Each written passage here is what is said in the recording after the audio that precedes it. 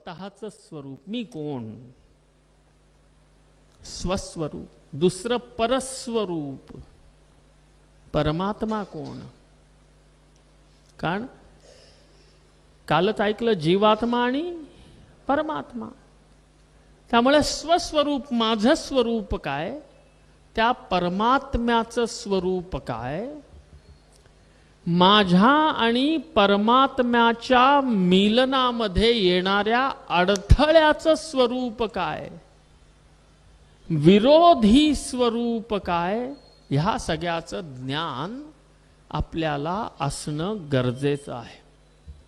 आणि फक्त शब्द जंजाळात अजिबात गुरफटून न पडता तत्व ग्रहण करत पुढे जाणं हे आपल्याला शिकायचं आहे. नाहीतर शब्द जंजाळातनं कधी मुक्तीच नाही हो. एक शब्द म्हणतो त्याच्यासाठी दुसरा शब्द म्हणतो, पण त्याचं तत्व समजलं तर शब्द गौण असतात, तत्व प्रधान असतं. आणि त्या परमतत्वाचं चिंतन ज्या उत्तम ग्रंथामध्ये केलेलं आहे, ज्या उत्तम ग्रंथाच्या श्रवणाने परमपुरुषाचं ज्ञान होतं, ज्ञान झाल्यावर स्वतः भक्ती उत्पन्न होते आणि भक्ती पर्यायाने विरक्तीकडे घेऊन जाते. तो सद्ग्रंथ म्हणजे श्रीमद भागवत. आणि त्याचंच आपण इथं कथारूपाने श्रवण करतोय. कदाचित थोडंसं कंटाळवाणंही होत असेल, कारण एकतर माझा स्वतःचा आवाज चांगला नाही, भजन अथवा संकीर्तन करण्यायोग्य भसाडा आवाज आहे. त्यामुळे आणि मला फारशी ती कीर्तन भजन म्हणजे ज्याला गान म्हणतो ना आपण, की चला ठीक आहे थोडा वेळ नामस्मरण का होईना करावं, रिलीफ मिळतो ऐकणाऱ्यांना, पण ते मला करता येत नाही. दुसरं, विषय इतका उत्तम की त्या विषयातनं लवकर बाहेर यायची इच्छाच होत नाही माझी. त्या ऐकायचं असतील ते ऐकतील, झोपायचं असतील ते झोपतील. आपण कशाला दुसऱ्यासाठी भगवंतांचा ह्या चिंतनाचा क्षण दवडावा. पण तरीही जर तुम्हाला थोडंसं रटाळ, रुक्ष, कंटाळवाणं वाटत असेल तर तुम्ही निसंकोच सांगा, मी थोडंसं सांगण्याच्या शैलीमध्ये बदल करून बघायला तयार आहे. कारण कंटाळवाणं नको व्हायला, कंटाळवाणं नको व्हायला. हा नाही येते ना, ठीक आहे सकाळी 8 पर्यंत तर आहोतच आपण. हा, मनोस्तु शतरूपायाम तिस्रः कन्याश्च जज्ञिरे आकुतिर्देवहूतिश्च प्रसूतिरिति विश्रुतः. मनु महाराज आणि शतरूपा देवी यांची 5 अपत्य झाली, 2 मुलं आणि 3 मुली. आकुती, देवहूती आणि प्रसूती अशा 3 मुली आणि 2 पुत्र झाले. उत्तानपाद आणि मोठा मुलगा त्याचं नाव प्रियव्रत, अशी 5 संतान.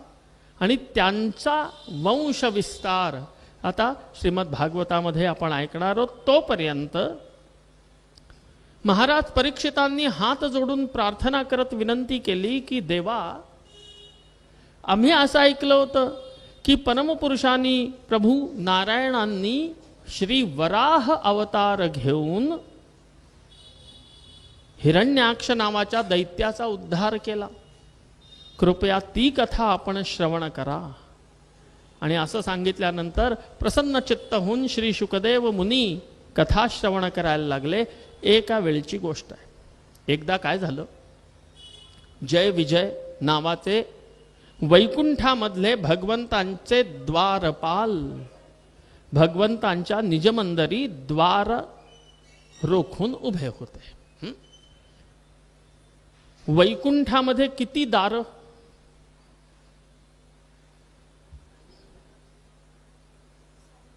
एक किती काय म्हणतात त्याला, तटबंदी म्हणतो ना आपण, परकोटा तटबंदी की एक, त्याच्यानंतर आणखीन एक, त्याच्यानंतर आणखीन एक, त्याच्यानंतर आणखीन किती गेला होतात? नाही, एवढ्या ठामपणे सांगतायत दोघी. गेला होतात, वाचण्यात आलं असेल किंवा ऐकलं असेल. प्रत्येक 7 द्वारांवरती वेगवेगळे द्वारपाल आहेत. किती द्वारपाल? 14. कोण कोणते ते मीच सांगितले. बाकीचं नाही ऐकलं, वाचण्यातही नाही आलं. कुमुद कुमुदांजन, जय विजय, आणि नाही. चला, एक एक द्वारानंतर जिथे भगवंतांचं स्वतःचं दिव्य शयनागार आहे, दिव्य गाभारा आपण ज्याला म्हणू, त्या तिथे जय विजय नावाचे द्वारपाल एक दिवस सनकादी 4 ऋषिकुमार भगवंतांच्या दर्शनासाठी गेले. त्यावेळेला भगवंत आपल्या निजमंदिरामध्ये एकांतामध्ये विश्राम करत होते. द्वारपालांनी ह्या 4 ऋषिकुमारांना थांबवलं की थांबा, भगवंत एकांतामध्ये आहेत, थोडा वेळ थांबा, नंतर दर्शन करा. पण ह्या 4 ऋषिकुमारांना वाटलं की जय विजय थट्टा करतायत. अहो, देवाच्या दर्शनापासून देवाच्या भक्ताला परावृत्त करणं हे योग्य आहे का? नाही. अरे चल, थट्टा नका करू, मला आज जाऊ द्यात म्हणून चौघही आज जायचा प्रयत्न करायला लागले. ह्यांना कसं थांबवावं? भगवंतांना कष्ट होऊ नये ह्यासाठी सद्बुद्धीनी ह्या जय विजयांनी यांना दंडे अडवून थोपवून धरलं. आणि हे बघून या 4 ऋषिकुमारांना क्रोध आला की अरे, तुम्ही तर साक्षात भगवंतांचे द्वारपाल, अहो तुम्ही तर साक्षात भगवंतांचे पार्षदगण, आणि तुम्ही भगवंतांच्या सगळ्यात जवळ असूनही भक्तांना भगवंताच्या दर्शनापासून दूर लोटण्याची राक्षसी बुद्धी तुमच्यामध्ये. जा, शाप देतो, 3 जन्मापर्यंत तुम्ही राक्षस योनीमध्ये जन्म घ्याल. आणि महाराज जय विजय घाबरले, त्यांच्या चरणी लोटांगण घालायला लागले, क्षाहिमाम क्षमा क्षमा प्रार्थना करायला लागले. बाहेरचा हा सगळा हल्ला ऐकून कसला एकांतन, कसलं काय, स्वतः भगवंत बाहेर आले. बर, आता धर्मसंकट म्हणतात ते हे. एकीकडे आपले पार्षद द्वारपाल आणि दुसरीकडे अनन्य भक्त स्वतःचे अंशावतार 4 ऋषिकुमार. कोणाचा पक्ष घ्यावा, कोणाच्या बाजूनी बोलावं? भगवंत हसले, म्हणाले की जय विजयांनी तिथं प्रार्थना केली की प्रभू, आम्ही तुमची अनन्य भावानी सेवा करतो, आजपर्यंत सेवेत काही कुचराई झाली नाही, अहो आम्हाला शाप दिला गेला, कृपा करा. भगवंत हसले, म्हणाले माझं बिरुद आहे ब्रह्मण्य देव. नमो ब्रह्मण्य देवाय गो ब्राह्मण हिताय च जगद्हिताय कृष्णाय गोविंदाय नमो नमः. आपण सगळे म्हणतो. तर ब्राह्मणांचं हित साधन होत राहावं हेही माझं बिरुद आहे. आणि या 4 ऋषिकुमार आहेत, त्यामुळे त्यांचा शब्द व्यर्थ होणार नाही. ब्राह्मणांचा शाप आहे, ऋषिपुत्रांचा शाप आहे, त्यामुळे आता 3 वेळेला राक्षसोनीत तर जायलाच लागेल. पण काळजी नका करू. अरे तुम्ही माझी अनन्य भावानी सेवा केली आहे, करताय, तुम्ही राक्षसोनीत गेल्यामुळे मी कसा स्वस्थ बसेन? नका काळजी करू. जेव्हाही तुम्ही राक्षस योनीमध्ये प्रकट व्हाल, जन्म घ्याल, तेव्हा मी स्वतः अवतार ग्रहण करून त्या योनीतून तुम्हाला मुक्ती प्रदान करेन. आणि तेच जय विजय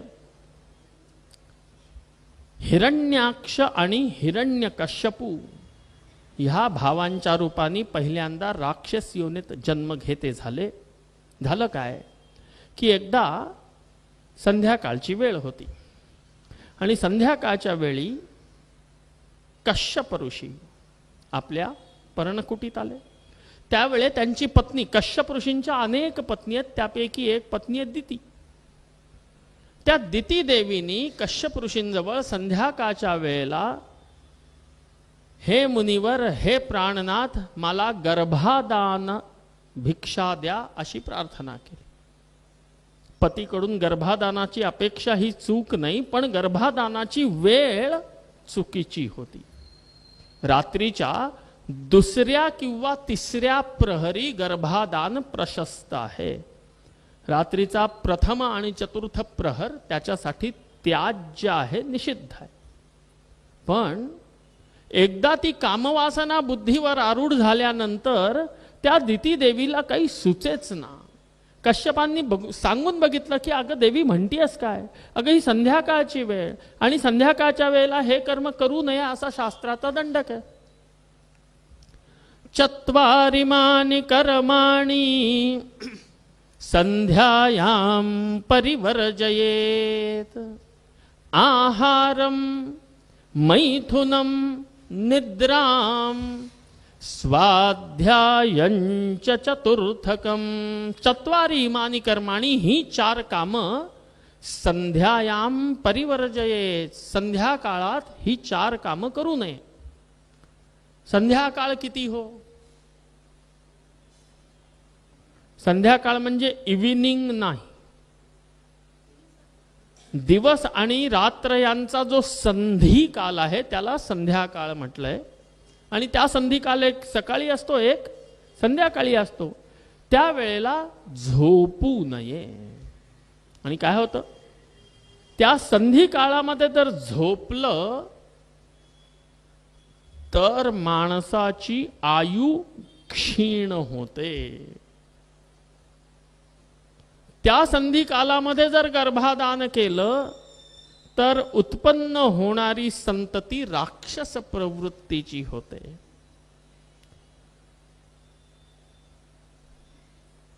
त्या संध्याकाळामध्ये जर आहार केला तर तो आहार रोगाचं कारण बनतो, माणसाला रोगी करतो. आणि म्हणून लोक म्हणायचे ना, अरे दिवे लागण्याची वेळ आहे, काय थाळी घेऊन बसलाय, आत्ता नाही मिळणार, नंतर जेव. आहार रोगाचं कारण बनतो. आणि चौथं, स्वाध्याय केला तर त्यावेळी कितीही स्वाध्याय केला तरी लक्षात राहत नाही. आणि नेमका त्याच वेळी संध्याकाळी दिती देवीच्या हट्टाने गर्भादान झालं.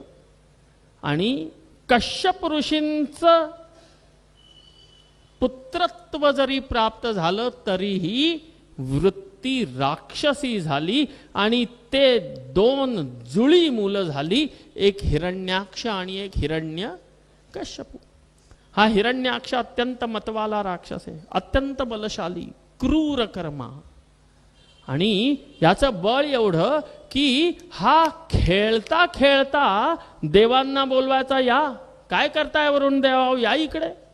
काय बाबा, काय काम? अरे काम कसलं, माझ्या हाताला कंड सुटली आहे, खाज सुटली आहे, या जरा तुमच्याशी कुस्ती खेळतो, तुम्हाला बडवतो, हाताची खाज माझी मिटेल. वरुण देवांनी डोकं पकडलं की अरे ह्या अत्यंत बलशाली महामूर्खाशी कोण बोलणार? अरे बाबा तू मोठा रे, नाही माझ्यात ताकद नाही तुझ्याशी लढण्याची, बिलकुल नाही. हां, पण मी तुला एक मार्ग सुचवू शकतो. काय? अरे तुझ्या हाताची खाज आहे ना, ती खाज शमवायची असेल तर माझ्यासारख्या छोट्या मोठ्यांशी लढून काय मिळणार? अरे तू तर साक्षात नारायणांशी युद्ध कर, हाताचीच काय सगळीच खाच एकदम मिटून जाईल. अच्छा, ते नारायण मिळतील कुठे, सापडतील कुठे? अरे ते वैकुंठी असतात ना. ना ना, अरे एकदा वैकुंठात गेलो तर खाली कुठनं येणार? मग त्यांच्याशी लढण्यासाठी ते कसे प्राप्त होतील? आणि त्यानंतर हा हिरण्यकश्यपू ब्राह्मणांवरती अत्याचार करायला लागला, गोमातेला कष्ट द्यायला लागला. आणि त्या अत्याचाराने, त्या गोवधादीमुळे भगवान संतप्त झाले. एवढ्यावर हा थांबला नाही, बलशाली होता. ब्रह्मलोकी पोहोचला. ब्रह्मदेवांनी हातामध्ये धारण केलेल्या वेदांचं अपहरण केलं. एवढ्यावरती थांबला नाही, तर साक्षात भगवान नारायणांची पत्नी भूदेवी भूमातेचं हरण केलं आणि समुद्रामध्ये जाऊन लपला. हो, भूदेवीचं हरण झालं, वेदांचं हरण झालं, सगळे त्राही त्राही करायला लागले. सगळे देवता जाऊन स्वतः ब्रह्मदेवांच्या पायी जमा झाले की ब्रह्मदेवा वाचवा. ब्रह्मदेव म्हणाले, मी संकटात पडल्यावर माझे वेदच घेऊन गेला, आता काय करायचं काय करायचं. काही नाही, उपाय एकच आहे. भगवंतांची करुणा भाका, भगवंतांना शरणागत गेले आणि त्याच वेळेला भगवंतांची कृपा झाली. ब्रह्मदेवांच्या दक्षिण म्हणजे उजव्या नागपुडीतून एक छोटासा वराह प्रकट झाला. बोला वराह नारायण भगवान की जय. आणि बघता बघता सगळ्यांसमोर त्या वराहानी दिव्य शरीर धारण केलं. अत्यंत तीक्ष्ण 2 दात त्याच्या मुखातून बाहेर आले, छोटे छोटे लेकिन खूप लाल लाल डोळे. ते गरगरा फिरवायला लागले, आपल्या खुरांनी जमीन उकरायला लागले. छोटीशी ती शेपटी ती गरगरा फिरवायला लागले. जोरदार हुंकार भरला आणि संध्याकाळच्या वेळी मुसंडी मारत जिथं तो हिरण्याक्ष पृथ्वी देवी आणि वेदांना घेऊन लपला होता तिथं जाऊन उपस्थित झाले. हिरण्याक्षांनी समोर वराह नारायणांना आलेलं पाहिलं. त्यांनी हुंकार भरला. दोघांचं तुमुल युद्ध झालं आणि भगवंतांनी त्या हिरण्याक्षाला मोक्ष प्रदान केला. पुन्हा वेदांना धारण केलं आणि भूदेवीची पुन्हा स्थापना केली. अशी अत्यंत क्षेमकारी कथा श्री शुकदेव मुनी श्रवण करवतात आणि सांगतात की जो व्यक्ती संध्याकाळच्या वेळेला ह्या कथेचं श्रवण करतो त्याचे सगळे पाप ताप संताप नष्ट होतात आणि त्याला शाश्वत भगवत भक्तीची प्राप्ती होते. अशी हिरण्याक्ष उद्धाराची कथा श्रवण करतात. आणि त्याच्यानंतर पुढे कथा ऐकवायला लागतात मनु महाराजांच्या वंशविस्ताराची. श्रीमद भागवत महापुराणामध्ये कित्येक ठिकाणं अशी आहेत की एक प्रवाह चाललाय. 2 मुलं झाली. जय विजयांचा जन्म राक्षसोनीतला, हिरण्याक्षाचा उद्धार झाला. तर हिरण्यकश्यपूचं काय? पण लागल्या हाती त्या हिरण्यकश्यपूचा मामला निपटत नाही, तो पडला राहतो. आणखीन मग ही कथा 7व्या स्कंदामध्ये जाऊन मग ती सांगतात. त्याला मंडूक प्लुती असं म्हटलं गेलेलं आहे. मंडूक म्हणजे बेडूक, प्लुती म्हणजे उडी. बेडूक चालतो कसा चालतो? उड्या मारत. इथं असतो तर टन्नकीने उडून पुढे जातो. मधलं फूटभर अंतर तो पायी चालत नाही, इथनं तिथं उडतो तिथनं तिथं उडतो. तसं मंडूक प्लुती न्यायानी ही कथा झाली. इथनं तिकडे गेले, मग कालांतरी पुन्हा तिथनं इथे येऊन उरलेली राहिलेली कथा सांगतील. असं भागवतामध्ये कित्येक ठिकाणी आहे. आणि इथं फक्त हिरण्याक्ष मोक्षाची कथा सांगतात आणि पुढे सांगायला लागले की मनु महाराजांच्या 3 कन्या, त्यातली एक कन्या देवहूती. आणि त्या देवहूतीची कथा सांगायला लागले. मनु महाराज आणि शतरूपा देवींची ही कन्या देवहूती देवी अत्यंत सुंदरी कन्या. केवढी सुंदर तर मनु महाराजांच्या त्या राजधानीमध्ये आपल्या राजवाड्याच्या अंगणात खेळत असताना एकदा हा नावाचे गंधर्व आकाशातनं आकाशमार्गाने विमानातनं चालले होते. विमान वरती उडत होतं. त्यांची नजर खाली गेली. खाली खेळता खेळता देवहूती दिसली. आणि असं अद्वितीय सौंदर्य महाराज की त्या हुहुनी ते सौंदर्य बघितलं. लहान मुलगी, काही घाणेरडा भाव नाही, कोणी लांछनास्पद भाव नाही, पण असं अलौकिक सौंदर्य की तो हुहू त्या विमानातनं टकमकी लागून त्या देवहूतीचं सौंदर्यच बघत बसला. बरं, विमान काही थांबलंय थोडंच, ते चाललंय पुढे. जसा जसा ते विमान पुढे गेलं तसं तसं बाटलीचं बूच फिरवावं तसं ते मान वेळावून वेळावून तो बघायला लागला. बघता बघता विमान आणखीन पुढे, परत आणखीन झुकून खाली वाकून वाकून बघायला लागला. आणि इतका अद्वितीय सौंदर्य की त्या सौंदर्याचं पान करता करता इतका वाकला की धडाम करून विमानातनं खाली पडला. असं अद्वितीय सौंदर्य असलेली ती देवहूती. आणि त्या देवहूतीचा विवाह कोणाशी झाला? कर्दम ऋषींशी झाला. कर्दम ऋषी हे ब्रह्मदेवांच्या मैथुन सृष्टीच्या पूर्वीच्या सृष्टीतले ब्रह्मदेवांपासनं प्रकट झालेले कर्दम ऋषी. आणि त्या कर्दम ऋषींनी तपस्या केली. तपस्या केली, परमात्मा प्रसन्न झाले, नारायण आले, वरदान मागा म्हणून सांगितलं. तेव्हा यांनी हात जोडले, साष्टांग प्रणाम केला आणि म्हटले, प्रभू तुम्ही सर्वांतर्यामी आहात, तुम्ही सगळं जाणता, मी काय मागू? आणि भगवंतांनी त्यांना आशीर्वाद दिला, जा कर्दम, तुझ्या मनातली इच्छा मी ओळखतो. चक्रवर्ती सम्राट सार्वभौम राजा महाराज मनु आणि शतरूपा देवी त्यांची अनिंद्य सुंदरी कन्या देवहूतीचं पाणिग्रहण तुझ्याशी करवतील, पण तू तिला स्वीकार कर आणि पुढे तुमची संतानोत्पत्ती होऊन सृष्टीक्रम चालू राहील. आणि दुसऱ्या दिवशी भगवंतांच्या प्रेरणेने मनु महाराज आणि देवहूती देवी आपली अनिंद्य सुंदरी कन्येला घेऊन श्री कर्दम ऋषींच्याकडे आले. बघा कसा अलौकिक कथा भाग आहे. कर्दम ऋषी आहेत, तपस्या केली आहे, केस वाढलेले, जटा वाढलेल्या, एका पर्णकुटी बांधून गंगे किनारी राहत आहेत. सुखसुविधेच्या नावावरती काही नाही. अशा कर्दम ऋषींशी विवाह कोणाचा होतोय? देवहूती, जी चक्रवर्ती सम्राट मनु महाराजांची कन्या आहे. अहो, जिनं आजपर्यंत आपल्या घरी काही काम केलेलं नाही, अनिंद्य सुंदरी आहे.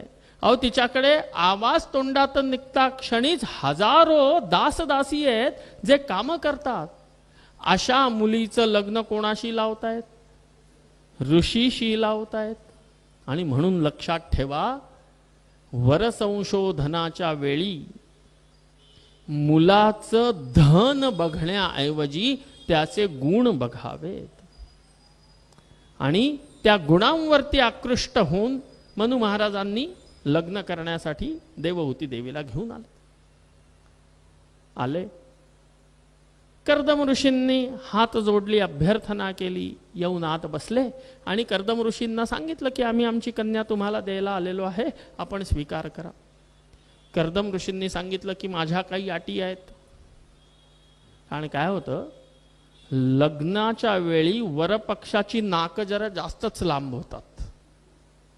झालं त्यांचंही. यद्यपि भगवंतांनी सांगितलं होतं की तू स्वीकार कर, बाकी जास्ती काही बोलू नको. पण यांनी सांगितलं की बघा, मी तुमच्या मुलीशी लग्न करायला तयार आहे, पण मी ऋषी आहे, अत्यंत सात्विक जीवनशैली आहे, ही माझी पर्णकुटी, इथं मी राहतो. तुमच्यासारखं राजसी वैभव माझ्या कुटीत नाही. जर तुमची ही पोरगी पदोपदी माझं माहेर, माझ्या माहेरी असं, माझ्या माहेरी असं करणार असेल तर मला लग्न नको. देवहूतीने संकल्प केला की आजपासनं मी माझ्या माहेरचं नाव टाकलं. कधीही माझ्या तोंडून तुम्ही हे ऐकणार नाही की माझ्या माहेरी असं आणि माझ्या माहेरी तसं. दुसरी अट की मी ऋषी आहे, तपस्वी आहे, वेदज्ञ आहे, आणि त्यामुळे मी स्नान, संध्या, वेदाध्ययन, ध्यान, तप, जप, पूजा सगळं करतो. माझ्या जपा तपाच्या आड बायकोनी येता कामा नये, नाहीतर मग रोज घरात कटकटी. देवहूतीने दुसरा संकल्प केला की अहो, पूजा पाठ करणं, ईश्वर प्रार्थना करणं, ईश्वराची करुणा भाकणं उत्तम. मी कशाला मध्ये येईन? माझ्याच्यानी जेवढी होईल तेवढी मी मदतच करेन. तुम्ही खुशाल तुमचं ईश चिंतन चालू ठेवा. आणि तिसरा अद्भुत विषय त्यांनी प्रस्तुत केला की मी संन्यास घेईन. लग्नाचा पत्ता नाही आणि बाबाजी चालले संन्यास घ्यायला. आपल्यासारखं कोणी असतं तर दिली असती का हो आपली पोरगी. अजून लग्न झालं नाही आणि तो वर म्हणतोय मी संन्यास घेईन. तेव्हा देवहूती देवी म्हणाली की निश्चित आश्रमात आश्रमं गच्छेत ही शास्त्राज्ञा आहे. आश्रम किती? 4. कोणकोणते? एक वैदिक आश्रम, दुसरा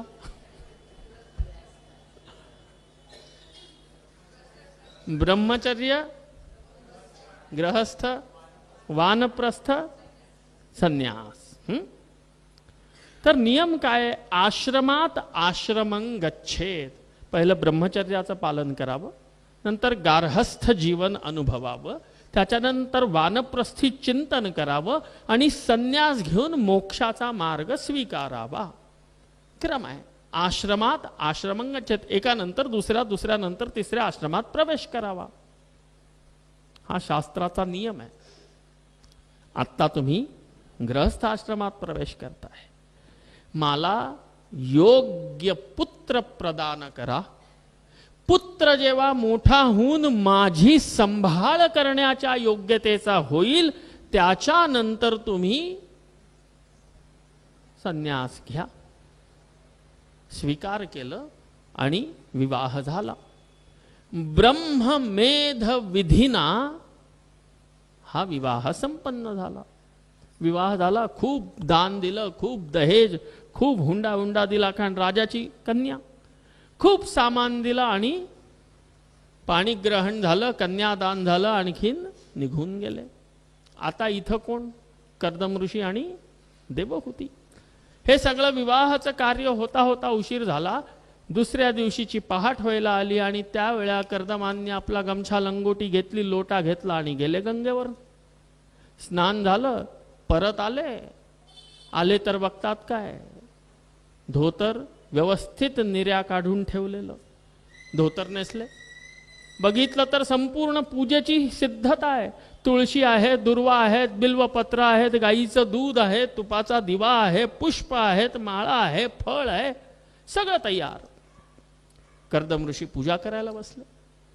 पूजा झाली, नैवेद्याची वेळ आली तेव्हा विचार करतच होते तोपर्यंत मागणं ताट सरकवलं गेलं. नैवेद्य आला, नैवेद्य दाखवला. आरती झाली, नैवेद्य स्वतः ग्रहण केला. तोपर्यंत शिकणारी मुलं आली, त्यांना शिकवायला बसले. मध्यान्ह झाली, पुन्हा संध्यावंदन करण्यासाठी गंगेवर गेले. संध्या करून परत आले तोपर्यंत नैवेद्याचं ताट वाढलेलं. पुन्हा नैवेद्य दाखवला, स्वतः प्रसाद ग्रहण केला. तोपर्यंत पुन्हा अंतेवासी विद्यार्थी पुन्हा अध्ययनासाठी आले. अध्ययन झालं, संध्याकाळ झाली, पुन्हा संध्यावंदन, गंगा स्नान, परत आले. अंधार झाला. कुटीमध्ये दीप प्रज्वलित केलेला. आत आले, सद्ग्रंथांचं चिंतन करायला लागले, मनन करायला लागले. रात्री भगवंतांना दुधाचा नैवेद्य दाखवला. भगवंतांचं शयन झालं आणि स्वतः येऊन झोपले. आणि असं 1 नाही 2 नाही 80 वर्षापर्यंत हाच क्रम अव्याहत चालू राहिला. दिलेल्या वचनाप्रमाणे देवहूती कुठेही पुढे येत नाही, कुठेही असा कुठलाही प्रयत्न करत नाही जेणेकरून त्यांच्या ईश चिंतनामध्ये बाधा उत्पन्न व्हावी.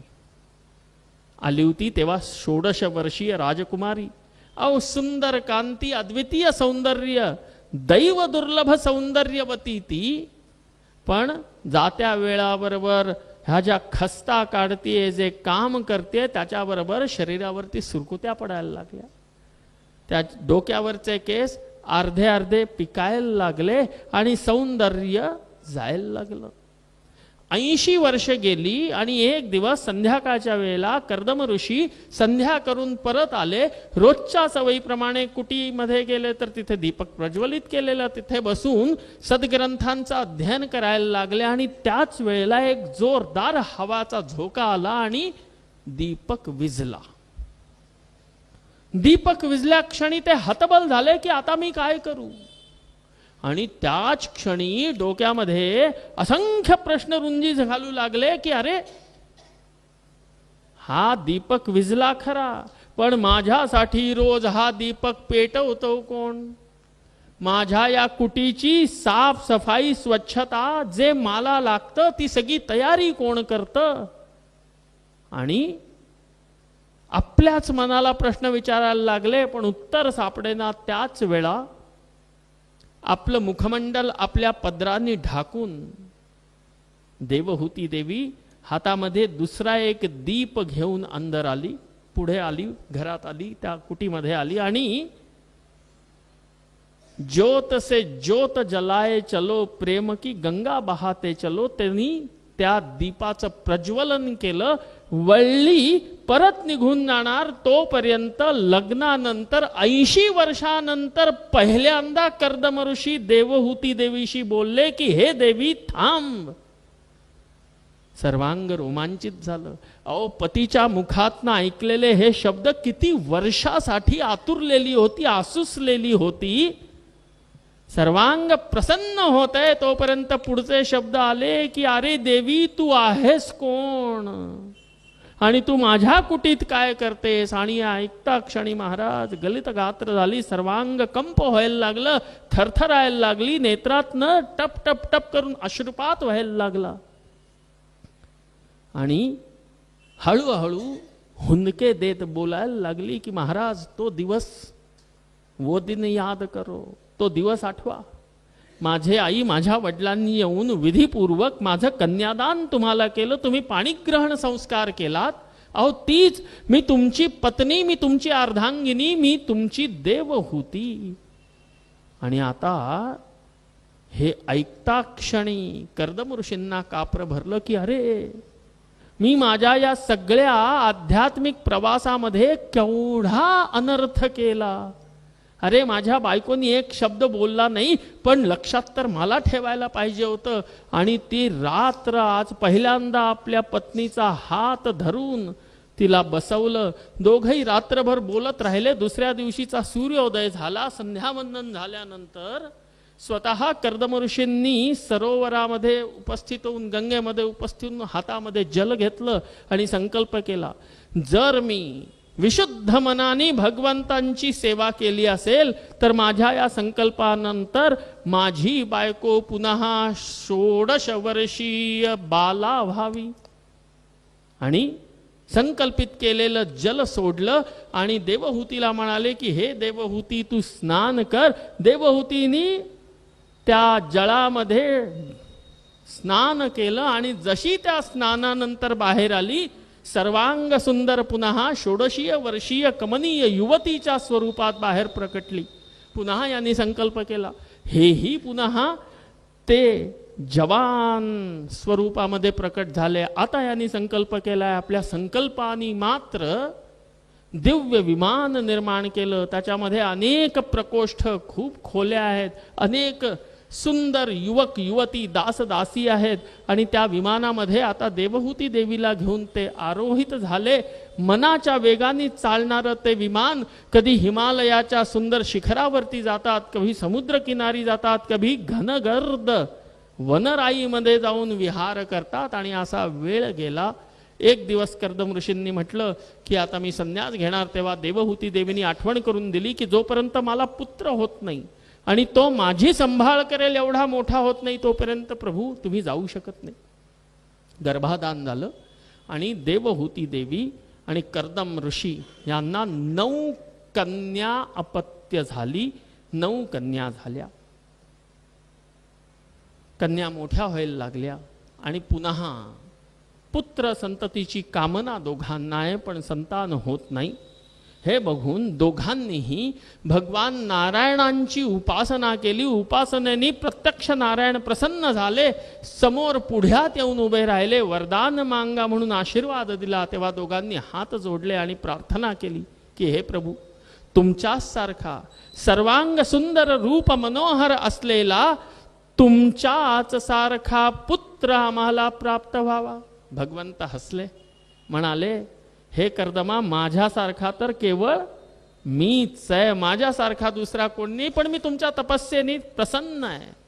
आणि म्हणून मी तुम्हाला आशीर्वाद देतो की तुमच्या पुत्र रूपाने मी स्वतः अवतार धारण करीन आणि देवहूती देवी आणि कर्दम ऋषी या दोघांच्याही पुत्र रूपामध्ये स्वयं परमात्मा प्रभू श्रीमन्नारायण भगवान कपिल देव रूपाने अवतरित झाले. बोलिए कपिल देव भगवान की जय. श्री कपिल देवांचा जन्म झाला आणि कपिल देवांनी आपल्या मातेला अद्भुत उपदेश करत संपूर्ण जगाला सांख्ययोग, अष्टांग योग आणि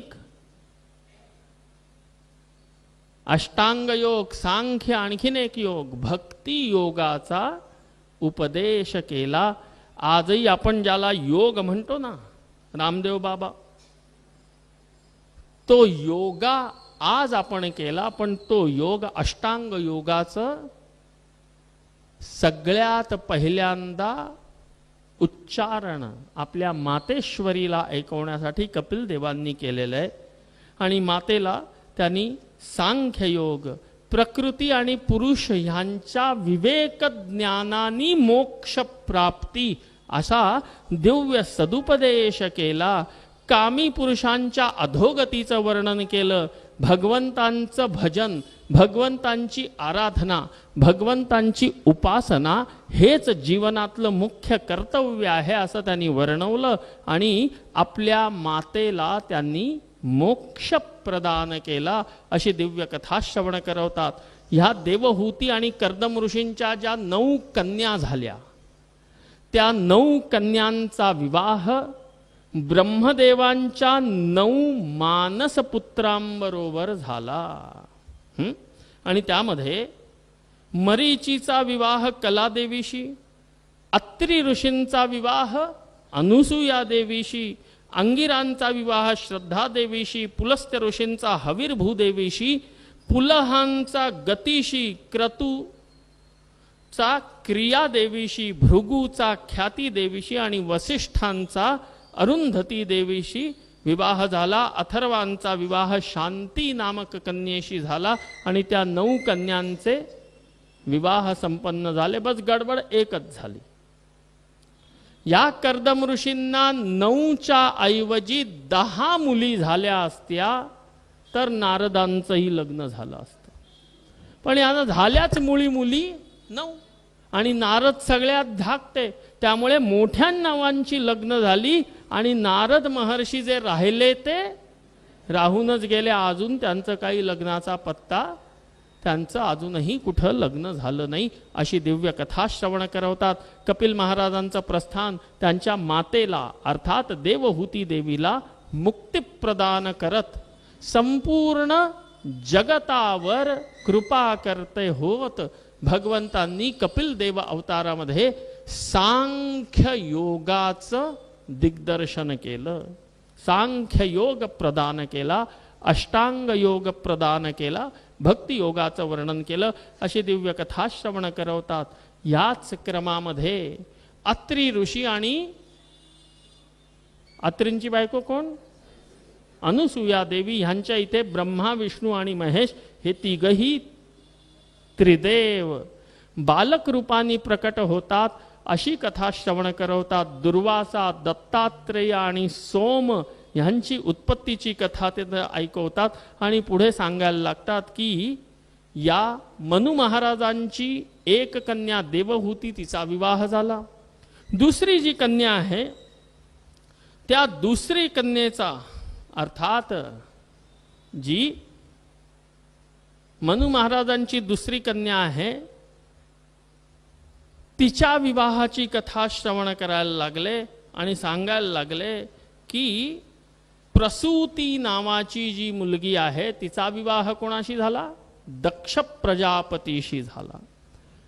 प्रसूतीचा दक्ष प्रजापतीशी विवाह झाला आणि आकुती नावाची जी मुलगी आहे त्या आकुती नावाच्या मुलीचा विवाह रुची नावाच्या प्रजापतीशी झाला. रुची आणि आकुती या दोघांचा विवाह झाला.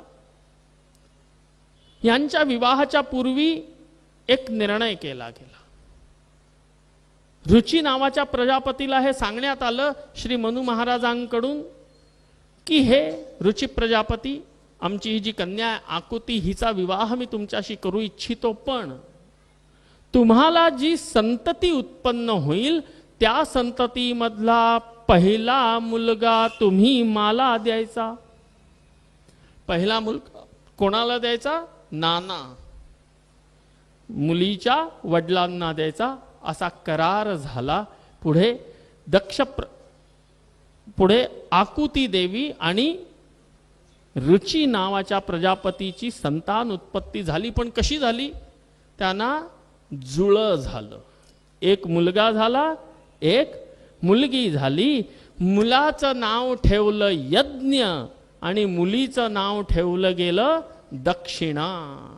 साक्षात प्रभू श्रीमन्नारायण भगवंतांचा अंशावतार यज्ञ नारायण भगवंतांचं प्रकटीकरण झालं. बोलिये यज्ञ नारायण भगवान की जय. आता त्या यज्ञ नावाच्या मुलाला कोणाला दिलं गेलं? नाना, म्हणजे मनु महाराजांना तो मुलगा दिला गेला. गोत्र बदललं आणि पुढं जाऊन ह्या यज्ञ नारायणाचा विवाह दक्षिणा देवीशी संपन्न झाला. यज्ञ नारायणाचा विवाह कोणाशी झाला? दक्षिणा देवीशी झाला. आणि आपल्या इथे अजूनही पद्धती आहे, मामाची मुलगी असेल तर बाहेर बघत नाहीत. दक्षिणे मातुली कन्या उत्तरे मांस भोजनम चर्मोदकं धन्वनीच न दुष्टम मनुरब्रवीत. स्मृतीचा श्लोक आहे. दक्षिण प्रदेशामध्ये मामाच्या मुलाशी अथवा मुलीशी लग्न दुष्ट नाही. भगवंतांच्या कथेमध्ये जेव्हा दशमस्कंदामध्ये जाऊ आपण, तेव्हा भगवंतांच्याही मुलांची लग्न त्यांच्या मामाशी म्हणजे मामाच्या मुलांशी झालेली आहेत. महाराष्ट्रामध्येही अजूनही प्रचलित पद्धत आहे. मामाचं मुलगा अथवा मुलगी असली तर लग्न अजूनही होतात. त्यामुळे ह्याच्यामध्ये दुष्ट काही नाही असं सांगितलं गेलं. आणखीन या दोघांचं लग्न झालं.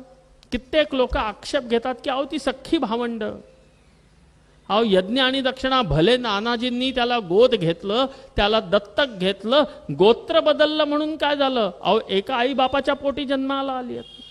पण हे आपण लक्षात घ्यावं की ही देवांची अलौकिक लीला आहे. यज्ञ आणि दक्षिणा रूपामध्ये कोण प्रकट आहेत? यज्ञ म्हणजे नारायण आणि दक्षिणा म्हणजे भगवती महालक्ष्मी. आणि ही शाश्वत युगल सरकार आहेत. हे कुठेही गेले तरी हम बने तुम बने एक दूजे के लिए, ते तिसऱ्याचे कधी होत नाही. कुठलाही अवतार असावं ते एकमेकांचेच होतात, कारण ते दिव्य युगल सरकार आहेत. आणि त्यामुळे दक्षिणादेवीचा विवाह यज्ञ नारायणांशी झाला. आणि तिसरी मुलगी दक्ष प्रजापतीशी लग्न झालं प्रसूती देवीचं. प्रसूती आणि दक्ष प्रजापती यांची 16 कन्या झाल्या. ह्यांना 16 मुली झाल्या. त्या 16 कन्यांपैकी 13 कन्यांचा विवाह धर्मराजाशी केला गेला. श्रद्धा मैत्री दया शांती तुष्टिः पुष्टिः क्रियोन्नतिः बुद्धिर्मेधा तितिक्षा ह्रीर् मूर्तिर्धर्मस्य पत्नयः. 16 मुली झाल्या दक्ष प्रजापती आणि प्रसूतींना. 16 मुलींपैकी 13 मुली कोणाला दिल्या? धर्मराजाला दिल्या. आता उरल्या किती? 3. त्यापैकी एक मुलगी, उरलेल्या 3 पैकी एक मुलगी जिचं नाव स्वाहा, तिचा विवाह अग्निनारायणाशी झाला. आता किती उरल्या? 2. त्यापैकी उरलेली एक मुलगी जिचं नाव स्वधा, त्या स्वधेचा विवाह पितृदेवतांशी केला गेला. आणि म्हणून आजही अग्नीमध्ये आहुती देताना आपण काय म्हणतो? स्वाहा. अग्नीमध्ये आहुती देताना स्वाहा. आणि पितरांना जेव्हा पिंडदान करतो तेव्हा काय म्हणतो? स्वधा म्हणतो. कारण त्यांच्या बायकोंची नावं आहेत ती. बायकोचं नाव घेतल्याने प्रसन्न होतात लवकर, म्हणून ती नावं घेऊन त्यांना आवाहन केलं जातं, त्यांना आहुती दिली जाते, त्यांना पिंड दिले जातात. आता 15 मुलींची लग्न झाली, उरली एक जिचं नाव आहे सती. 15 मुली 13 धर्मांना दिल्या, एक अग्नींना, एक पितृदेवतांना, आणि आता उरली केवळ एक मुलगी जिचं अजूनही लग्न व्हायचंय, तिचं नाव आहे सती. आणि एक दिवस सती महाराणींचं लग्न व्हावं या चिंतेमध्ये असताना स्वतः दक्ष प्रजापती ब्रह्मदेवांच्या इथे गेले की हे ब्रह्मा, सगळ्या मुलींची लग्न झाली, आता एकच बाकी आहे, कोणी चांगलं योग्य स्थळ असेल, कोणी चांगला मुलगा असेल तर सांगा. त्याच वेळेला तिथे आशुतोष अवढरदानी भोले बाबा शिवशंकर बसलेले होते. ब्रह्मदेव 4ही मुखांनी हसले आणि म्हणाले की अहो, नवरा मुलगा तर तुमच्याच समोर आहे. कोण? भोळे शंकर. आता आली पंचायत. न हो म्हणता बनेना, न नाही म्हणता बनेना. अहो, शंकराच्या समोर की दे तुझी मुलगी यांना. हो म्हटलं तरी आणि नाही म्हटलं तरी पंचायत.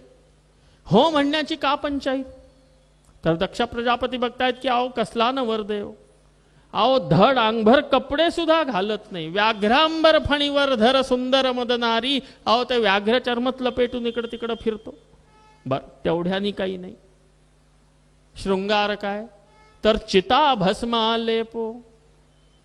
अहो, त्या चितेचं भस्म सर्वांगी चर्चितो, त्यांनी काही हरकत नाही. पुढे जाऊन बघतो तर काय, गळ्यामध्ये, हातामध्ये, पोटावरती सगळीकडे नाग आहेत. बर, एवढं कमी झालं तर डोक्यावरती एक चंद्रमा आहे. माझ्या घरी, मुलीच्या घरी लाईट जायची कटकटच खतम. 24 तास चंद्राचा प्रकाश, लाईटच नाही. अहो, हेही सगळं मान्य, पण लग्न व्हायच्या आधीच माझ्या मुलीसाठी एक सवत डोक्यावर आणून बसवलेली आहे, जिचं नाव गंगा. आणि अशा शंकराला बर राहतात तरी कुठे? स्मशानात निवास करतात. अरे नाही नाही नाही, माझी अशी सुंदर सुकुमार कन्या अशा स्मशानात राहणाऱ्याला देण्याचं ठीक नाही. पण हे सगळं मनातल्या मनात. शंकरांसमोर बोलणार कोण? उघडला तिसरा डोळा तर पोरगीच दिसणार नाही पुन्हा.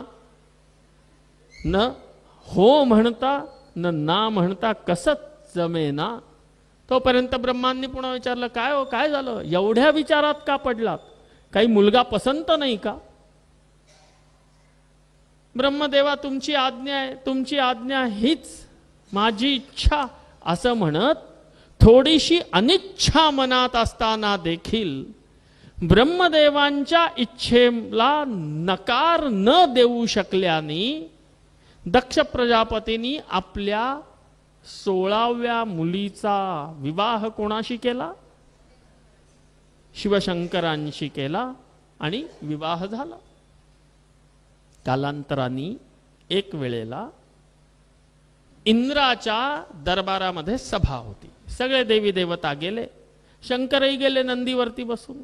नंदीला पार्किंग लॉट मध्ये खडं केलं, आणखीन स्वतः आत गेले. आत गेले आणि त्यांच्या विवक्षित आसनावर जाऊन विराजमान झाले, बसले. अजून सभेला थोडा वेळ होता. हळूहळू एक एक एक एक देवी देवता येत होते.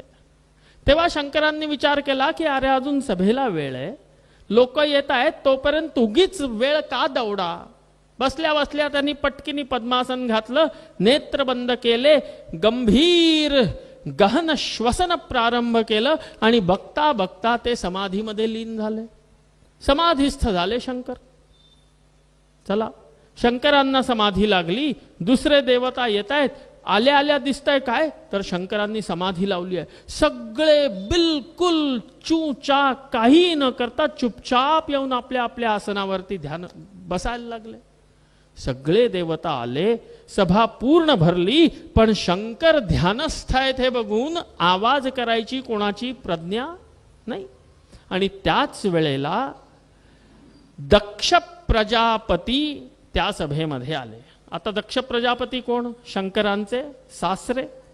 पण फक्त सासरे नाही, ते प्रजापती पदावरती आहेत आणि त्या प्रजापती पदाचा मान देवता देखील ठेवतात.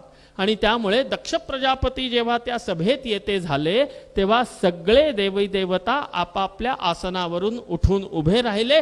अभ्युत्थान देऊन त्यांनी दक्ष प्रजापतींचं स्वागत केलं. बस उठले नाहीत तर कोण उठले नाहीत?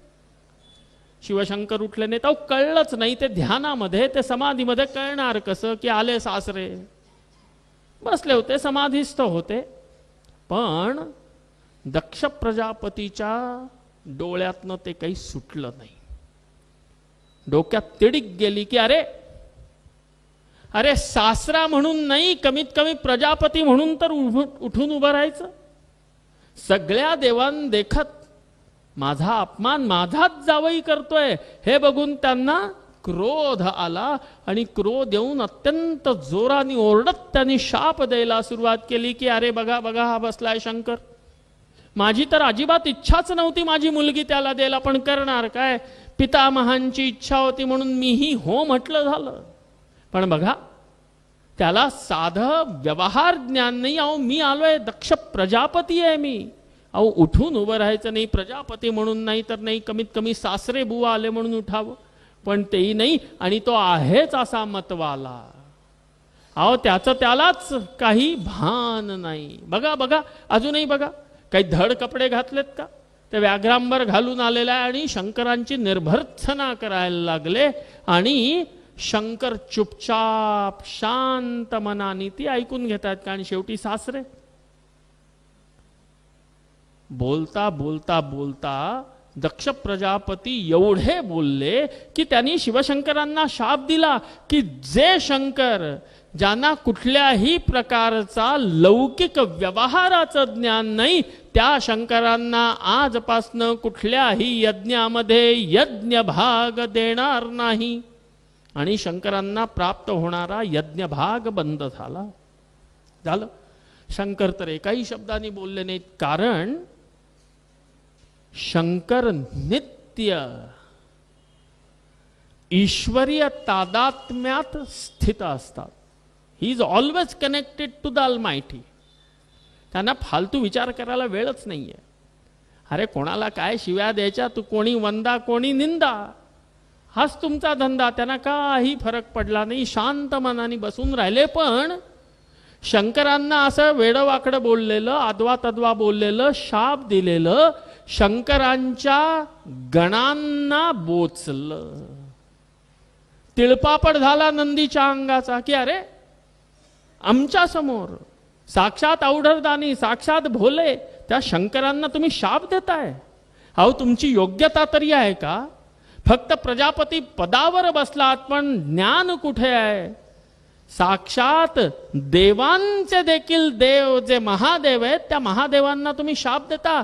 अरे अहंकारी दक्षा, मी शंकरांचा किंकर तुला शाप देतो की ज्या तोंडाने तू शंकरांची निंदा नालिस्ती केली असते तुझं तोंड नष्ट होईल. आता सासरेबुवांना शाप मिळाला.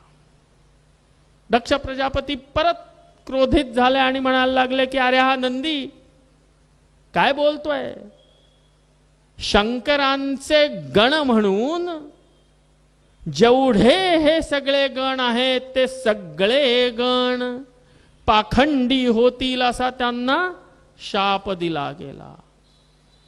हे जेव्हा चालू होतं तेव्हा तिथे बसलेले ऋषी मुनी तपस्वी ब्राह्मण चुपचाप बसले होते, एकही शब्द बोलत नव्हते. हे बघून पुन्हा नंदीला क्रोध आला की अहो ज्यांची उपासना करता, रोज रुद्र म्हणून ज्यांची तुम्ही सेवा करता त्या शंकरांना असे शाप दिले जातात आणि तुम्ही चुपचाप बसलाय. ज्या ज्या लोकांनी मौन धारण केलं, मौन संमती लक्षणम असल्यामुळे तुम्ही एका अर्थाने या शापाला संमती दिल्यासारखं आहे. आणि म्हणून ज्या ज्या ऋषींनी मौन होऊन शंकरांच्या या अवहेलनेला साथ दिली ते ऋषी सर्वभक्षी होतील. ते ऋषी वाम मार्गी लागतील असा शाप दिला महाराज. आणि सभा कसली न कसलं काय, शापाशापी होतच ते सगळं नाटक तिथं चाललं. आणि जे ते आपले उठून आपल्या आपल्या घरी गेले. शंकरही उठून आले. पण शंकर विद्येचे अधिष्ठाता आहेत, विद्यादाता आहेत. जाणतात की काही का होईना बाहेरच्या सगळ्याच गोष्टी घरात येऊन बायकोला सांगायच्या नसतात. आणि ही गोष्ट शंकरांनी पार्वतीला, सती देवीला सांगितली नाही. कालांतराने एक दिवस दक्ष प्रजापतींनी एक खूप मोठ्या यज्ञाचं आयोजन गंगा किनारी कनखल तीर्थामध्ये हरिद्वार मध्ये केलं. सगळ्यांना आमंत्रण दिलं. आमंत्रण नव्हतं ते फक्त कोणाला? शंकरांना आमंत्रण नव्हतं. आणि झालं, यज्ञाचा दिवस येऊन ठाकला. आकाशात उत्तरेकडनं येणाऱ्या विमानांची एवढी गर्दी झाली की ट्रॅफिक जाम झालं. सगळे आपापल्या विमानामध्ये बसून देवी देवता, यक्ष, गंधर्व, किन्नर, नाग सगळे सुंदर सुंदर वस्त्र प्रावरण धारण करून, सुंदर नट्टापट्टा करून, नटून थटून विमानात बसून चाललेत. हे बघून पार्वती देवींना आश्चर्य वाटलं की अहो सगळे निघालात कुठे? पार्वतींना, सती देवींना तिथंच असलेलं बघून देवतांना आश्चर्य झालं. त्याने विचारलं की अगं सती देवी तुम्ही अजून इथेच? अहो तुमच्या घरी, तुमच्या वडिलांच्या घरी दक्ष प्रजापतींच्याकडे खूप मोठा यज्ञ आहे. आम्ही त्या यज्ञाला चाललोय. आम्हाला तर वाटलं की तुम्ही घरची मुलगी, तुम्ही तर यज्ञासाठी 8-10 दिवस आधीच पोहोचला असाल. ऐकलं. सती देवी धावत धावत आत आल्या, शंकरांच्या चरणी वंदन केलं आणि विचारायला लागल्या की हे प्रभू, अहो माझ्या माहेरी तुमचे सासरे माझे वडील खूप मोठा यज्ञ करतात, आपल्यालाही जायचं ना? बहुतेक तुम्ही विसरला असावात. पण शंकर अत्यंत तटस्थ. शंकरांनी अत्यंत गंभीर वाणीमध्ये उत्तर दिलं की नाही देवी, ज्या यज्ञाला आमंत्रण नाही त्या यज्ञात आमंत्रणाशिवाय मी जाणार नाही. अहो असं कसं? कदाचित वडील विसरले असतील. अहो एवढी धावपळ, एवढं मोठं कार्य, कदाचित विस्मरण झालं असेल. आपण घरचे आपण आमंत्रणासाठी अडलं तर कसं व्हायचं? आणि नाईलाजानी शंकरांनी आज पार्वती देवीला आपल्या जवळ बसवून घेतलं. सांगते झाले की देवी, गोष्ट आजची नाहीये. कित्येक दिवस झाली, वर्ष झाले, तुझ्या वडिलांनी दिलेल्या शापामुळे, त्यांच्या कटु उक्तीमुळे आता मला कुठल्याही यज्ञामध्ये बोलवलं जात नाही. कुठल्याही यज्ञामध्ये मला भाग दिला जात नाही. आणि म्हणून याही यज्ञात मला बोलवलेलं नाही. आणि न बोलवता जाणारा मूर्ख समजला जातो, म्हणून मी न बोलवता जाणार नाही. सासरी तर अजिबात नाही. झालं. आता अत्यंत हवालदिल झाली मा सती की काय करावं. एकीकडे वडिलांच्या घरी एवढं मोठं कार्य, माहेरी एवढा मोठा यज्ञ, सगळ्या बहिणी एकत्र होणार, पूर्ण कुटुंब एकत्र होणार, आणि आमचे हे हट्ट धरून बसलेत की बिना बोलवल्या मी जाणार नाही. काय करायचं? राहावे ना. माहेरचा ओढा, माहेरचा ध्यासच असा असतो की आज स्वतः पार्वती देवी, सती देवी, शंकरांची पार्वती आज जाऊन विचारती झाली की प्रभू तुम्ही जात नाही काही हरकत नाही, पण जर तुमची आज्ञा असेल तर मी एकटी जाऊ. आणि जसं विचारलं तसं टप टप करून 2 नेत्रातनं अश्रू ओघळले शंकरांच्या आणि म्हणाले जरूर जा, तुझं तर घर आहे, वडिलांचं घर आहे, तुला मी कशाला नाही म्हणेन. हे नंदीश्वरा लक्ष द्या, तुमची माता पार्वती, तुमची माता सती देवी त्याच्या माहेरी निघाली आहे, ह्यांच्या बरोबर जा, तुमच्या मातेचं रक्षण करा. आणि शंकर पुन्हा ध्यानस्थ झाले. पार्वती देवी ज्या कपड्यामध्ये होत्या ना, घरातलं लुगडं नेसलं होतं, पटकिनी तशाच निघायला तयार झाल्या. अहो साडी बदलायला सुद्धा वेळ नाही, काही शृंगार करायला सुद्धा वेळ नाही. कारण त्यांनी विचार केला की शेवटी शंकर आहेत, आत्ता मर्जी आहे, जा म्हटलं तोपर्यंत ठीक आहे, मी नट्टापट्टा करत बसले आणि फिरलं डोकं नको म्हणाले तर काय घ्या, तिकडच जाऊन बघू, ब्युटी पार्लर तिकडही काही कमी नाहीत असं म्हणून तिथनं त्या पडत्या फळाची आज्ञा घेत निघाल्या आणि हरिद्वार कनखल क्षेत्री येऊन पोहोचल्या. इथं यज्ञाची खूप जय्यत तयारी केलेली आहे. सुंदर सुंदर रांगोळ्या चारी बाजूला आहेत, सुंदर कदलीचे खांब लावून संपूर्ण यज्ञशाळेला सुशोभित केलंय. आम्रपल्लवांची तिथं तोरणं बांधली गेलेली आहेत. सगळीकडे ऋषी मुनी तपस्वी अमलात्मा विमलात्मा सगळे मंत्रांचा उच्चारण करतायत. आता त्या यज्ञाच्या प्रारंभाची घटी जवळ येत चालली आहे आणि तोपर्यंत सती देवी कनखल क्षेत्री यज्ञशाळेच्या प्रमुख द्वारासमोर येऊन उपस्थित झाली. सती देवीला आलेलं बघितलं आणि सगळ्यांच्या कुजबूज सुरू झाली. अहो सती आली, अहो शंकरांची अर्धांगिनी आली, अहो सती आली. सती देवीने बघितलं की महाद्वारावरती यज्ञशाळेच्या स्वतः वडील दक्ष प्रजापती येणाऱ्यांचा सगळ्यांचा हात जोडून स्वागत करतायत. दक्ष प्रजापतींना बघून मनामध्ये आनंद उचंबळून आला. सती पटपट पटपट त्या महाद्वाराकडे चालू लागली आणि जसं दक्ष प्रजापतींनी बघितलं की आली शंकराची पत्नी, आली सती, त्याच वेळा त्यांनी मान वेळावली, मान फिरवली आणि काहीतरी कामाचं निमित्त काढून तिथनं ते चालते झाले. सतीने बघितलं, मनामध्ये दुःख झालं की अरे आशा होती की मी आली आहे, इतक्या दिवसानंतर आली आहे, कमीत कमी वडील मला बघून ये माझी पोरी ये असं म्हणून कमीत कमी माझं स्वागत करतील. पण इथं तर वडिलांनी मान फिरवली, वडिलांनी तोंड फिरवला, वडील निघून गेले, ये देखील म्हटले नाहीत. पण सतीने विचार केला की काही हरकत नाही, एवढा मोठा यज्ञ, यज्ञाच्या व्यापात अनेक कामं असतील, कुठलं तरी आवश्यक काम असेल, वडील गेले, काही हरकत नाही. पुढे निघाली, बघते तर यज्ञशाळेमध्ये प्रवेश केला. एकीकडे देवता विराजमान आहेत, एकीकडे देवी आहेत, एकीकडे ऋषी मुनी तपस्वी ब्राह्मण सगळे आहेत आणि सगळ्यांच्या मध्ये कानाफुसी सुरू झाली की अरे सती आली, सती आली, सती आली. सती त्या यज्ञशाळेमध्ये पुढे निघाली तर सतीच्या बहिणी सतीला दिसल्या. सतीचा पुन्हा प्रेमाचं भरता आलं की अरे किती वर्षांनी आम्ही 16च्या 16 एका ठिकाणी भेटतोय, हात पसरून बहिणींकडे जाणार तोपर्यंत बहिणी ही वळल्या आणि तिथनं नाहीशा झाल्या की अरे कधी आमच्या गळ्यात येऊन न पडो. सतीला पुन्हा दुःख झालं की अरे सख्या बहिणी आम्ही, मला बघून माझ्या बहिणी देखील इथनं चालत्या झाल्या. आता फक्त एकच आशा होती सती देवीला आणि ती म्हणजे आई. सती तिथनं पुढे निघाली.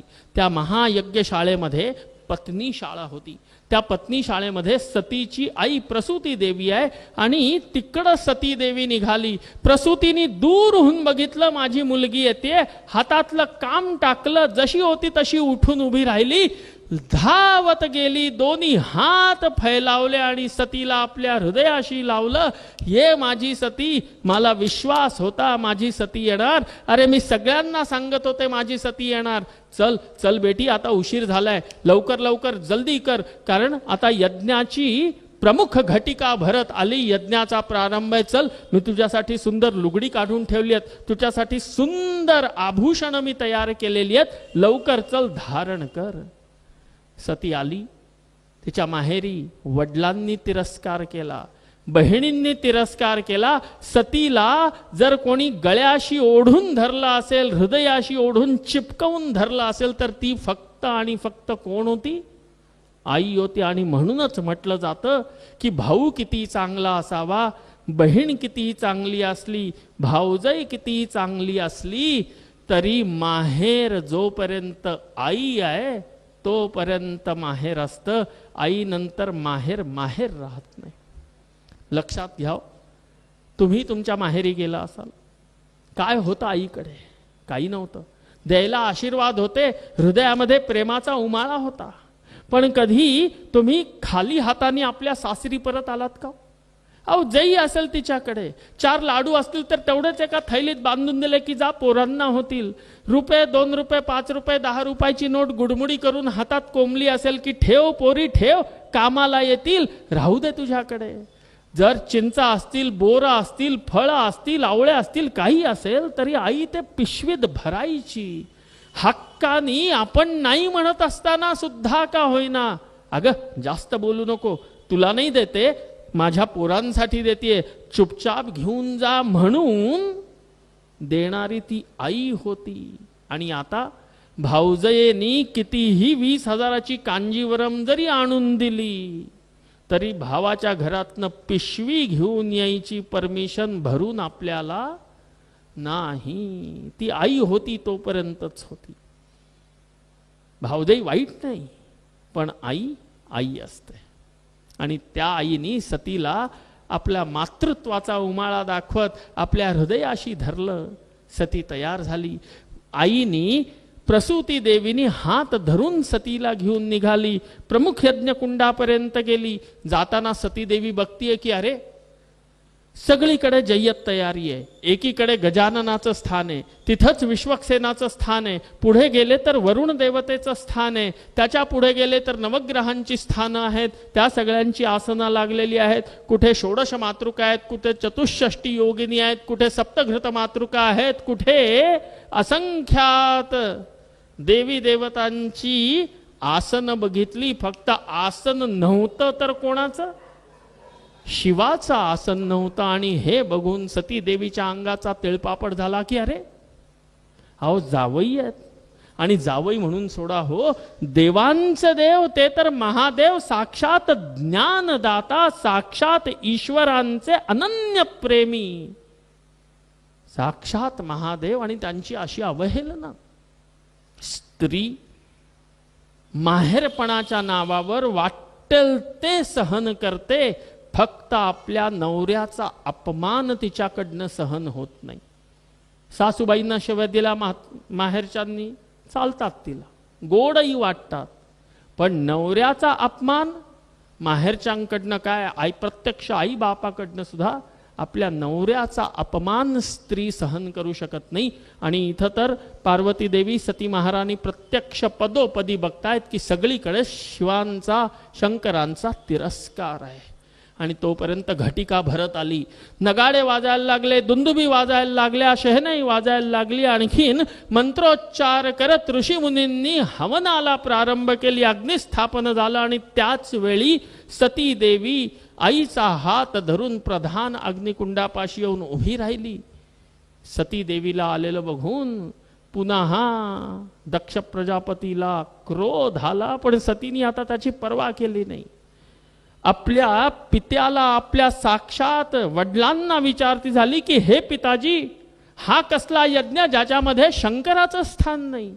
अहो देवांचे सुद्धा महादेव, त्यांचं स्थान नसलेला यज्ञ सफल कसा होणार. शिवद्वेष्ट्याचा यज्ञ कधी सफल होत नाही. तुम्ही शंकराचं स्थान द्यायला पाहिजे होतं, हे तुम्ही ठीक केलं नाही.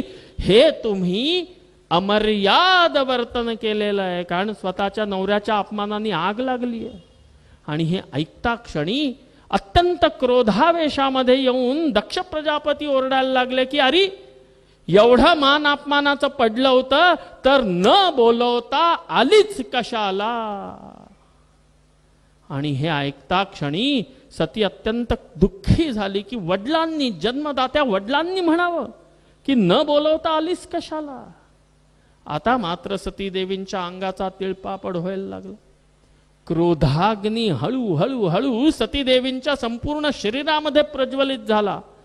ज्या शरीराने मी शंकरांची, माझ्या पतीची निंदा ऐकली, ज्या शरीराने मी शिवशंकरांचा केल्या जाणाऱ्या अपमानाला प्रत्यक्ष पाहिलं, आता हे शरीर माझ्या पतीसाठी, माझ्या शंकरासाठी योग्य राहिलं नाही.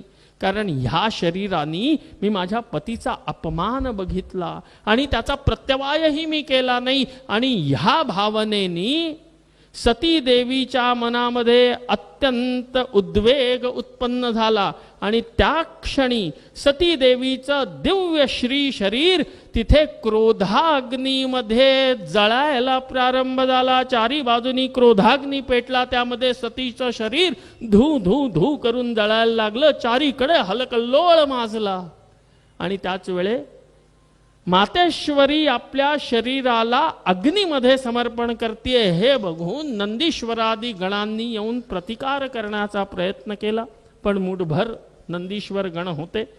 त्यांना तिथनं पळवून लावलं गेलं. ते पळत पळत पोहोचले, शंकरांच्या चरणी निवेदन करते झाले की प्रभू, मातानी तर स्वतःचं शरीर अग्नीला समर्पित करण्याचा घाट घातलाय. क्रोधाग्नीमध्ये मातेचं शरीर धू धू करून जळतंय. शंकरा उठा, काहीतरी करा. शंकरांच्या नेत्रातनं टप टप पुन्हा तो प्रेमाश्रू टपकले आणि क्रोध आला. बसल्या जागी आपल्या जटेतला एक केस ओढला, तिथंच जोराने पटकला आणि त्या केसाच्या पटकण्यातनं भयंकर ध्वनी झाला आणि तिथं वीरभद्र प्रकट झाला. वीरभद्र प्रकट झाला. शिवशंकरांनी आज्ञा दिली, हे वीरभद्रा, जा तुझ्या मातेच्या अपमानाचा बदला घे. आता तर काय वावटळी सारखी सगळी शिवाची जेवढे गण होते ते वीरभद्राबरोबर निघाले. या इथं यज्ञशाळेमध्ये सगळ्यांच्या मनामध्ये धाकधूक होती की अरे साक्षात शंकरांच्या प्रेमी, साक्षात शंकरांच्या प्रियेनी, साक्षात सतीनी आपला शरीर अग्नीमध्ये समर्पित केले. आता काय होणार, काय होणार, काय होणार. आणि कोणाला कळे तो पावे तो. एकाएक जशी प्रचंड वावटळ यावी तसे हे सगळे शिवगण त्या वीरभद्रा समेत यज्ञशाळेमध्ये घुसले आणि येऊन यज्ञाचा नाश करायला प्रारंभ केला. कोणी यज्ञशाळेचे खांब उपटायला लागले, कोणी यज्ञाचे भरलेले घडे फोडायला लागले, कोणी ऋषीमुनींच्या दाढ्या पकडून त्यांना लोळवायला लागले आणि काहींनी तर त्या प्रज्वलित यज्ञकुंडांमध्ये लघुशंका करून अग्नीच विझवायला सुरुवात केली. सगळीकडे हाहाकार माजला. ते सगळे रुद्रगण अत्यंत क्रोधावेशात बघून ब्राह्मण घाबरले, ऋषीमुनी पळाले, देवतांना देखील त्राही त्राही झाली. आणि तोपर्यंत वीरभद्र प्रत्यक्ष दक्ष प्रजापती समोर येऊन उभा ठाकला. क्रोधित आहे. त्यांनी आपलं खड्ग काढलं आणि एक वार केला आणि यज्ञाचा जो अध्वर्यू आहे, यज्ञाचा जो यजमान आहे, त्या यजमानाचाच मस्तक त्याच्या शरीरापासून खालती पडलं. यजमान नष्ट झाला. अट्टाट्टहास करत त्या वीरभद्राने ते दक्ष प्रजापतीचं मस्तक आपल्या हातात घेतलं. जोरदार गर्जना करत म्हटला की जो शंकरांची द्रोह करेल, जो शंकरांची अवहेलना करेल, जो शंकरांना दुष्ट प्रवृत्तीनी बघेल, त्या सगळ्यांची गती कशी होते ते बघा म्हणून त्या दक्ष प्रजापतीचं मुंडकं हलवून हलवून दाखवायला लागला. आणि जोरानी स्वाहा म्हणत दक्ष प्रजापतीच्या मस्तकाचीच अग्नीमध्ये आहुती दिली. यजमानाचं मस्तक स्वाहा झालं. सगळ्यांपुढे प्रश्न, आता कसं व्हायचं? आजपर्यंत असं कधीच झालं नाही की यज्ञ प्रारंभ झाला आणि त्याची पूर्णाहुती झाली नाही. पण आज स्वतः यजमानच नष्ट झाला, यज्ञशाळा विध्वंस झाली, अग्नी विझली, आता करायचं काय? आणि तेव्हा सगळे देवी देवता ब्रह्मदेवांकडे गेले. ब्रह्मदेव म्हणाले, माझ्या ज्युरिडिक्शनमध्ये येत नाही, माझ्या हाताबाहेरची केस आहे, चला याचा निवाडा फक्त एकाच ठिकाणी. भगवान नारायणांकडे गेले आणि नारायणांना विचारलं करायचं काय? कारण नारायण स्वतः यज्ञस्वरूप आहेत आणि यज्ञस्वरूप खंडित होणं हे सृष्टीच्या दृष्टीने योग्य नाही. नारायणांनी सांगितलं काळजी नका करू. अहो शंकरच कोपलेत ना, अहो ते तर अवढरदानी आहेत, ते तर भोळे भंडारी आहेत. क्षणाला रागवतात तर पुढच्या क्षणी विसरूनही जातात. काही नाही, तुम्ही सगळे जा, कैलासावर जा, शिवशंकरांची करुणा भाका. आणि हे सगळे गेले, शंकरांची करुणा भाकली. शंकर प्रसन्न, विचारता झाले, अहो काय सगळे आज आलायत, काय गोष्ट काय आहे? शंकरा तुमची कृपा पाहिजे. अहो मी तर तुमच्या सगळ्यांचा दास आहे, तुम्ही तर सगळे देवता आज्ञा करा, आज्ञा काय करा. तुमच्या वीरभद्रांनी दक्ष प्रजापतीचा यज्ञ विध्वंस केला. आता त्या यज्ञाची पूर्णाहुती कशी व्हावी. यजमान नष्ट झाला, तुमचे सासरे बुवांचं मस्तकाची आहुती पडली. शंकर हसले आणि विचारलं की सासरे बुवांचं धड कुठं आहे. पडलंय तिथंच यज्ञशाळेत, ठेवलं एक तेलाच्या कढाईत. बस काही हरकत नाही, चला मार्ग सांगतो. इथनं उत्तरेच्या दिशेने निघा. सगळ्यात पहिल्यांदा जो हाताला प्राणी लागेल त्याचं मस्तक घेऊन या आणि मृतसंजीवनी विद्येचा प्रयोग करून ते मस्तक माझ्या सासऱ्यांच्या धडावर ठेवल्यानंतर मी त्यांना प्राणदान देईन, त्यांना पुन्हा जिवंत करेन. सगळे प्रसन्न झाले की चला यजमान जिवंत तर होणार, यज्ञ तर होणार. निघाले, उत्तरेकडे गेले आणि सगळ्यात पहिल्यांदा जो प्राणी हाताला लागला तो कोण लागला. बकरा. त्या बकऱ्याचं मस्तक घेऊन आले, ते दक्ष प्रजापतीच्या त्या धडावरती ठेवलं. शंकरांनी मृतसंजीवनी विद्येचा प्रयोग केला आणि मृतसंजीवनी विद्येच्या प्रभावाने शंकरांचे सासरे प्रजापती दक्ष महाराज पुन्हा जीवित झाले. बोले शिवशंकर भगवान की जय.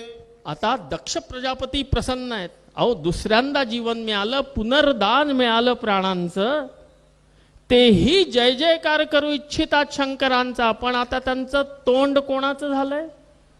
बकऱ्याचं. त्यामुळे त्यांच्या तोंडातून जय नाही, फक्त बॅ बॅ बॅ बॅ हेच निघायला लागलं. आणि तेव्हापासनं शंकरांचे भक्तगण शंकरांना प्रसन्न करण्यासाठी बम बम बम बम बम करायला लागले. बम बम हे कुठल्याही शास्त्रात वर्णित नाही. आहे का कुठं गुरुजी? मिळालं काय? करता की नाही बम बम? कशाला करता? बंद करा. बम बम करायला लागले आणि त्या तिथे त्या शिवशंकरांच्या कृपेने पुन्हा यज्ञाचा विध्वंस झाला होता. ते यज्ञस्थळ ठीक केलं गेलं, पुन्हा अग्निस्थापना झाली आणि यज्ञ पूर्ण झाला. यज्ञांती स्वतः यज्ञ नारायण स्वतः येऊन प्रकट झाले आणि दक्ष प्रजापतीच्या यज्ञाचा यथासांग विश्राम झाला. अशी दिव्य कथा श्रवण करवतात आणि सांगतात की जो विष्णू आणि शिवामध्ये भेद करतो, जो भेद बुद्धी ठेवतो, त्याच्यासारखा महापातकी कोणी नाही. कारण वस्तुतः हे दोघही एकच आहेत. आणि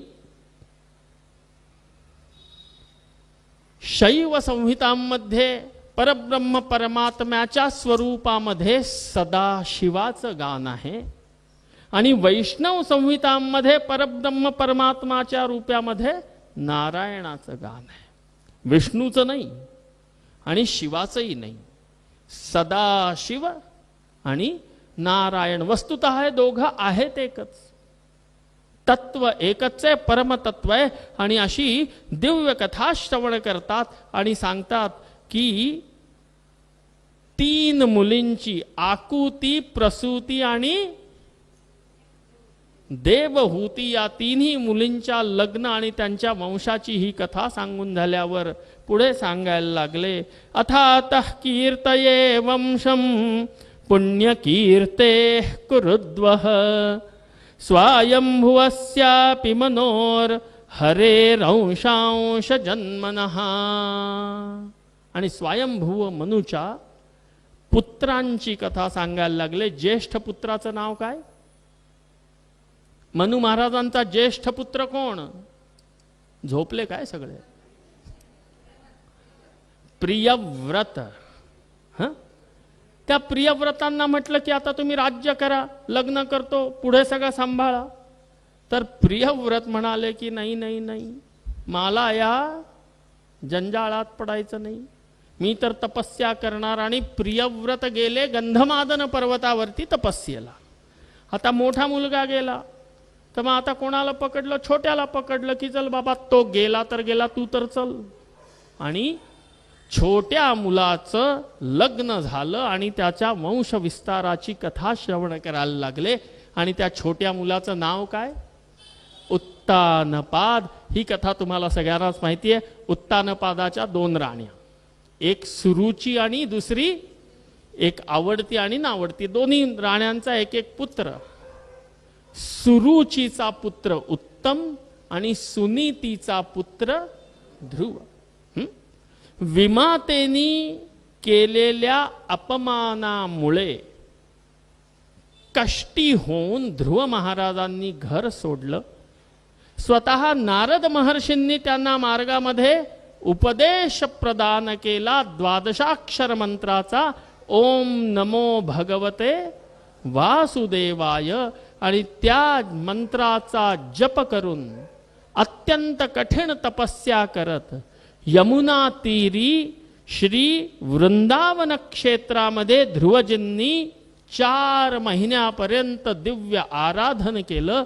आणि त्यांच्या आराधनेने प्रसन्न होऊन स्वतः भगवंत परमात्मा प्रभू श्रीमन नारायण भगवान श्री हरी अवतार ग्रहण करते झाले. बोलिए श्री हरी भगवान की जय. आणि श्री हरी भगवंतांनी ध्रुवांना ध्रुव पद प्रदान केलं, दिव्य राज्य प्रदान केलं. अशी कथा आपल्या सगळ्यांनाच माहिती आहे. ध्रुवाची कथा सगळ्यांना माहिती आहे की नाही? माझ्यापेक्षा जास्त चांगली माहिती आहे, हो ना? मग माईक कोणाला देऊ? ही ध्रुवाची कथा आपल्या सगळ्यांनाच माहिती आहे. पण ही फक्त ध्रुवाची कथा नाही. या कथेमध्ये खूप खोल वेदांताचा गंभीर अर्थ आहे. आणि तो अर्थ ऐकत हे ध्रुवचरित्र आपण उद्याच्या सत्रामध्ये प्रारंभी ऐकून उद्या संध्याकाळी आपल्या कथेच्या विश्रामापर्यंत जाऊ. मी पुन्हा सांगतोय की कित्येक अनवट प्रसंग असे आहेत की जे सामान्यतः कथेमध्ये चर्चिले जात नाहीत, तेही मी बोलण्याचा प्रयत्न करतो. त्यामुळे माझी कथा लांबते. मला हा 4 तासाचा वेळ कमी पडतोय, कारण त्याच्यात ते सगळं वर्णन होत नाही. तरी मी थोडं काही न सोडता ते वर्णन करायचा प्रयत्न करतोय, ऐकवतोय. कारण मी तसा बऱ्यापैकी बदनाम आहे कथेसाठी. म्हणजे माझे जे भक्त आहेत ना इकडचे एतद्देशीय हिंदीवाले, जर युवराज स्वामीची कथा आहे हे त्यांना माहिती आहे तर ते घरी सांगून येतात. किंवा 3 ते 5 कथा आहे, 3 ते 6 कथा आहे, 3 ते 7 कथा आहे ना, 10च्या आधी कोणी येऊ नका. कारण ती कथा पुरी होणार नाही. आणि हजारो 4-4, 5-5 हजार लोक बसलेली असतात. मधनं कोणी उठतही नाही, कोणी जात नाही, असे तल्लीन होऊन ऐकतात. त्यामुळे मी खूप लांब म्हणजे जास्ती वेळापर्यंत बसून बोलण्याचा अभ्यस्त आहे. पण आपल्या इथे 4 ते 8 ही कथेची वेळ आहे, मध्यंतरासहित. त्याचंही मी थोडंसं व्युत्क्रम करत, लिबर्टी घेत, अर्धा तास तर जवळजवळ रोज 8:30 पर्यंत करतोच आहे. असंच वाटलं तर एखाद्या दिवशी आणखीन 1 तास लवकर सुरू करता येईल. किंवा एखाद दिवस काही ॲडजस्ट करून आणखीनही काही विषय, जसे आत्ता ते बसले होते इथे, त्यांच्या मनातला एक विषय, खूप गंभीर विषय, आत्मा, आत्मस्वरूप.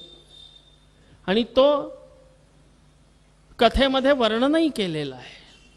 पण तो जर थोडा ठीक समजून घेत पुढे जायचा असेल ना, तर त्याला 1-1.25 तास हवा.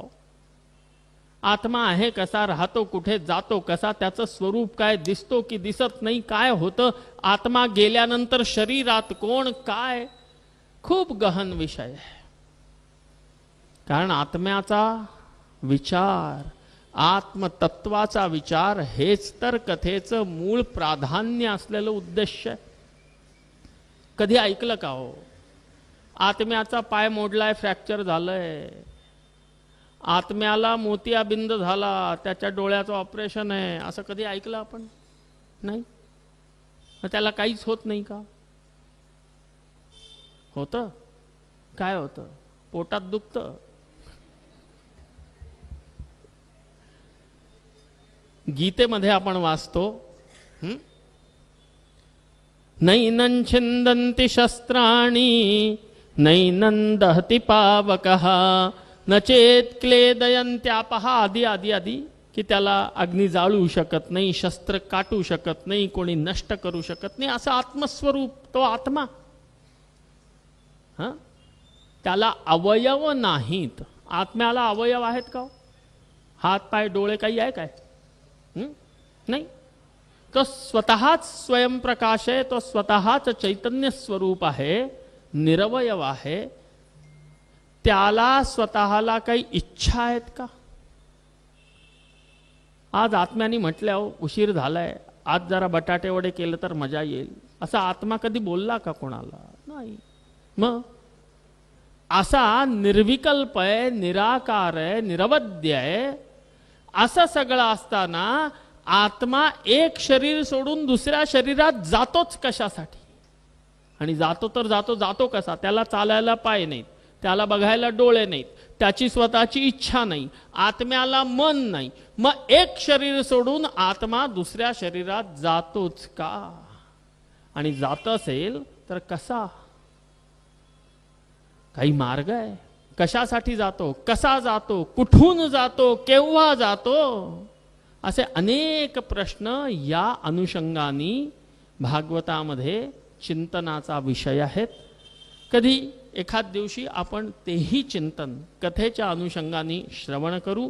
तोपर्यंत आज या द्वितीय दिवसाच्या दुग्धपानानंतरच्या द्वितीय सत्राला आपण विश्राम देऊ. मी दुग्ध फार बोलतोय, कशासाठी?